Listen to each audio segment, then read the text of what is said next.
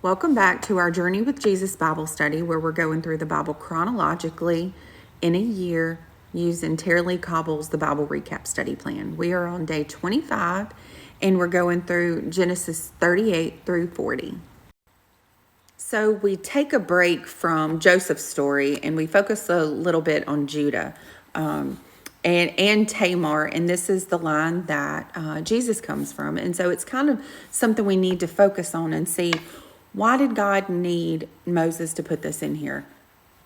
And so what we see is Judah struggling with his mistakes and what he thinks should happen, and deceit. I mean, like, we see him being deceitful to Tamar, where he says, if you, when Sheila gets older, you will be able to he'll marry you. But we see he doesn't hold that up.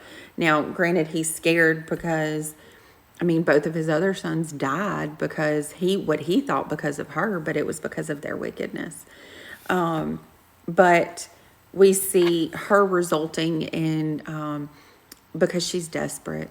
No woman does the things that she did unless it's out of desperation. And so we see that she was smart, though. We see that Tamar was a smart woman because she took his signet ring, his cord, and his staff, and later used that as a way to identify him and use him. It's kind of like, okay, well, you're going to say that I'm wrong. You're going to be just as wrong, if not more than me. And so we do see a transformation for him. Now, granted, it was a forced transformation, but he still transformed and repented in a sense. So that's kind of a big step. We do see out of that, Tamar has twins, Perez and Zerah. And Perez, or Perez, is always listed in the lineage of Jesus. So I find that very interesting. So chapter 39 brings us back to Joseph, and I just kind of say, like, meanwhile, back in Egypt, if this were like a movie or a TV show or whatever, because this is pretty, it's pretty interesting. Like, it's such a good story, but we know that it's true. And so I think we have to keep that in mind whenever we're reading about it. So we see Joseph being put in Potiphar's house. Potiphar bought him, and which sounds awful whenever you think about dealing humans, but it is what it is back then.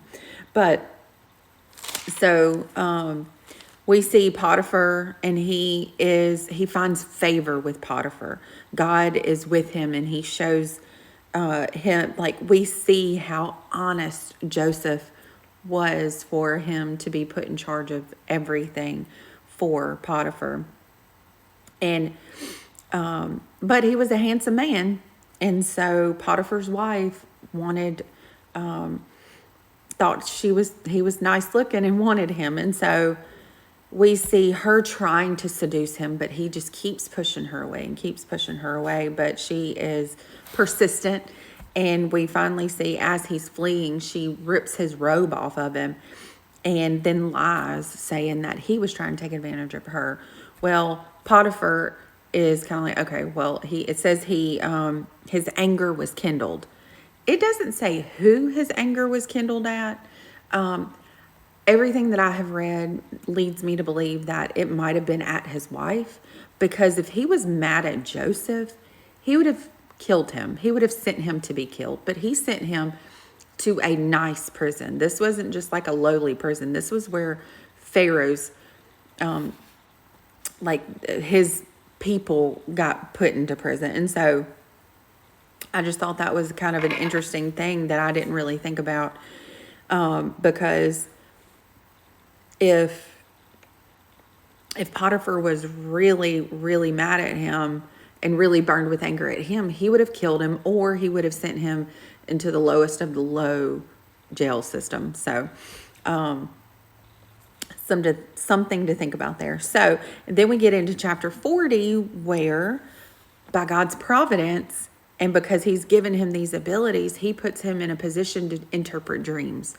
And had everything not happened the way that it had happened, Joseph wouldn't have had these opportunities, and then he wouldn't have had the opportunities to interpret Pharaoh's dreams. And so we see God's hand throughout this entire thing.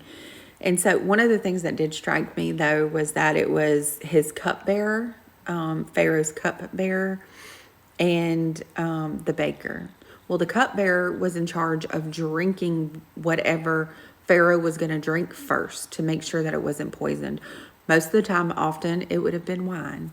And so we see wine, and then we see the baker, he made bread for them.